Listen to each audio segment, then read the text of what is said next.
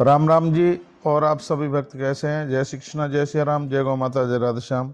आप देख रहे हैं तुलसी तपोवन यूट्यूब चैनल। रोजाना एक किसी वृक्ष की बात करते हैं विभिन्न बीमारियों को दूर करने के लिए। उनमें से आज हम सीताफल के वृक्ष की बात कर रहे हैं, जो बड़ा अपने आप में अद्भुत है। आइए चर्चा करते हैं। हिंदी में इसको शरीफा कहते हैं, सीताफल कहते हैं। संस्कृत में इसको गंछयात्र कहते हैं।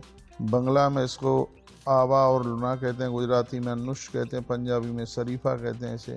फारसी में काय तथा शरीफा। तमिल में सीताफलमू। मलयालम में अताबीचा। ब्रज भाषा में इसको सीताफल कहते हैं। और तेलुगु में इसको सीताफलामू कहते हैं। और अंग्रेजी में इसको कस्टर्ड एप्पल कहते हैं। आइए इसी की चर्चा हम कर रहे हैं। सीताफल के पेड़ 3 से 6 मीटर तक ऊंचे होते हैं। इसके पत्ते भी 3 से 6 इंच लंबे होते हैं, जिन्हें मसलने पर गंध आती है। इसका स्तंभ काष्ठ युक्त होता है, जो कि गहरे कत्थाई वर्ण का दिखाई देता है। उसी की आइए हम चर्चा करते हैं। इसके एक बड़े पेड़ पर 100 से 200 तक फल लगते हैं, जो कि बरसात की समाप्ति के साथ पक जाते हैं। उसी सीताफल की हम बात करते हैं, जिसके औषधीय गुण क्या है अपने आप में। सीताफल एक परम उपयोगी फल है। जुलाई अगस्त से फल लगना आरंभ हो जाता है, जो दिसंबर तक उपलब्ध हो जाते हैं। सीताफल को औषधीय महत्व का श्रेष्ठ फल माना गया है।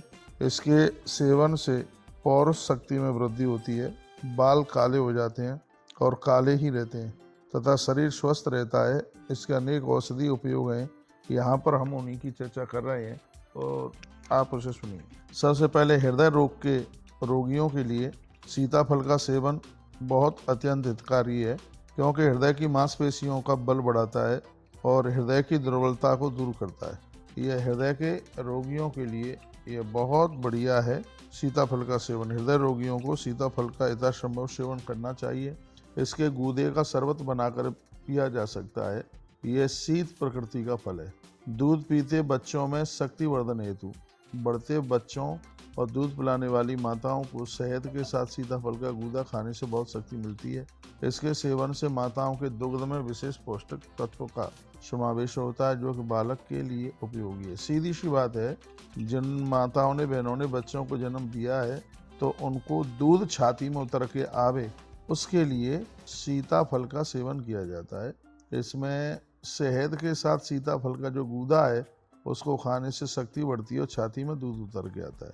अगली बात है, जुएं मारने के लिए भी ये बहुत बड़ा प्रभावशाली है। बालों में यदि जुएं पड़ गए हैं, सीताफल के पत्तों को पीसकर सिर पर उसका लेप कर लें। 2-3 बार करने से ही जुएं समाप्त हो जाएंगे। सावधानी अवश्य रखें, इसके पत्तों का रस आंखों में नहीं जाना चाहिए। इसी प्रकार सीताफल के बीजों को पीसकर इसका चूर्ण जल अथवा मिट्टी के तेल में मिलाकर सिर में लगाने से सिर के जुएं तुरंत खत्म हो जाते हैं। अब आइए बालों के कायाकल्प हेतु। सीताफल के 6 पत्तों को 200 ग्राम जल में उबाल लें। पानी 1/4 रह जाए। इस जल को छानकर नित्य कुछ दिनों तक पीने से बाल जड़ से काले निकलते हैं, गंजापन दूर होता है। इसके पत्तों से सिद्ध किया हुआ तेल सिर में लगाने से भी बाल काले बने रहते हैं। इस प्रयोग को बहुत लोगों ने किया है। बालों को कायाकल्प करने हेतु सीताफल के 6-7 पत्ते 200 ग्राम पानी में उबालें और जब 200 ग्राम का 50 ग्राम पानी रह जाए, तब इस जल को छान कर नित्य कुछ दिन तक पीने से बाल जड़ से काले निकलते हैं, गंजापन दूर होता है।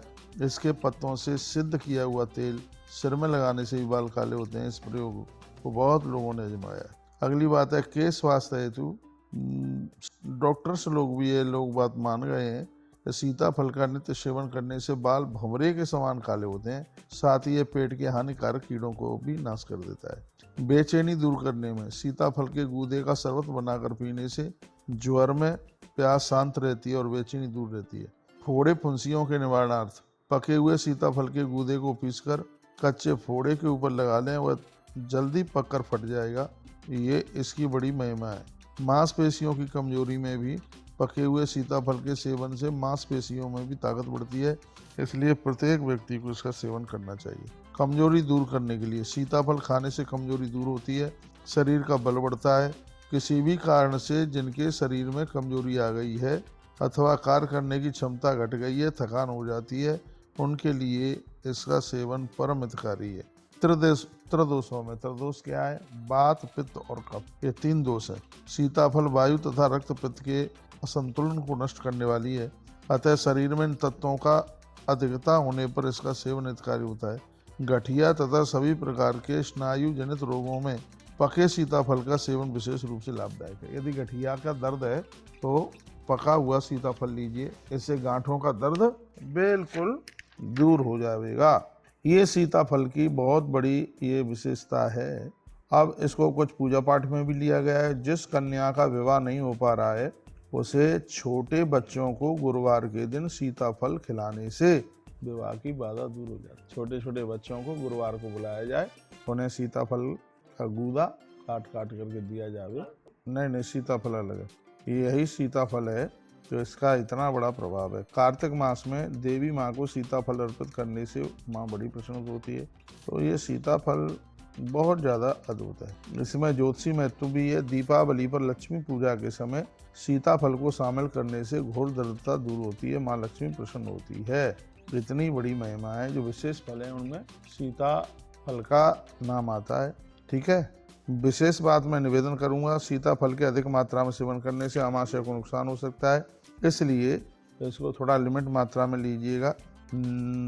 और सीताफल खाने के बाद थोड़ा सा नींबू यदि ले लें तो और ज़्यादा बढ़िया है। सीताफल का सेवन रक्त विकार, यकृत विकार, श्वास खांसी आदि के रोगियों को नहीं करना चाहिए। सीताफल का सेवन रक्त विकार, यकृत विकार, श्वास खांसी आदि रोगियों को नहीं करना चाहिए, क्योंकि इससे रोग बढ़ने की संभावना होती है, क्योंकि ठंडा ज़्यादा होता है। सीताफल की प्रकृति ठंडी होती है, इसलिए इसके अधिक सेवन से सर्दी हो सकती है तथा ठंड लग करके बुखार भी आ सकता है। तो इतने मरीजों को तो नहीं लेना चाहिए जो मैंने आपको निवेदन किया है। और लोगों के लिए किसी वरदान से कम नहीं है सीताफल। कितनी बातें बताई हैं सीताफल को लेने से। बात अच्छी लगी आगे जरूर भेजिए, जिससे और भी लोग लाभान्वित हो सकें। जय श्री कृष्ण, जय श्री राम, जय गौ माता, जय राधे।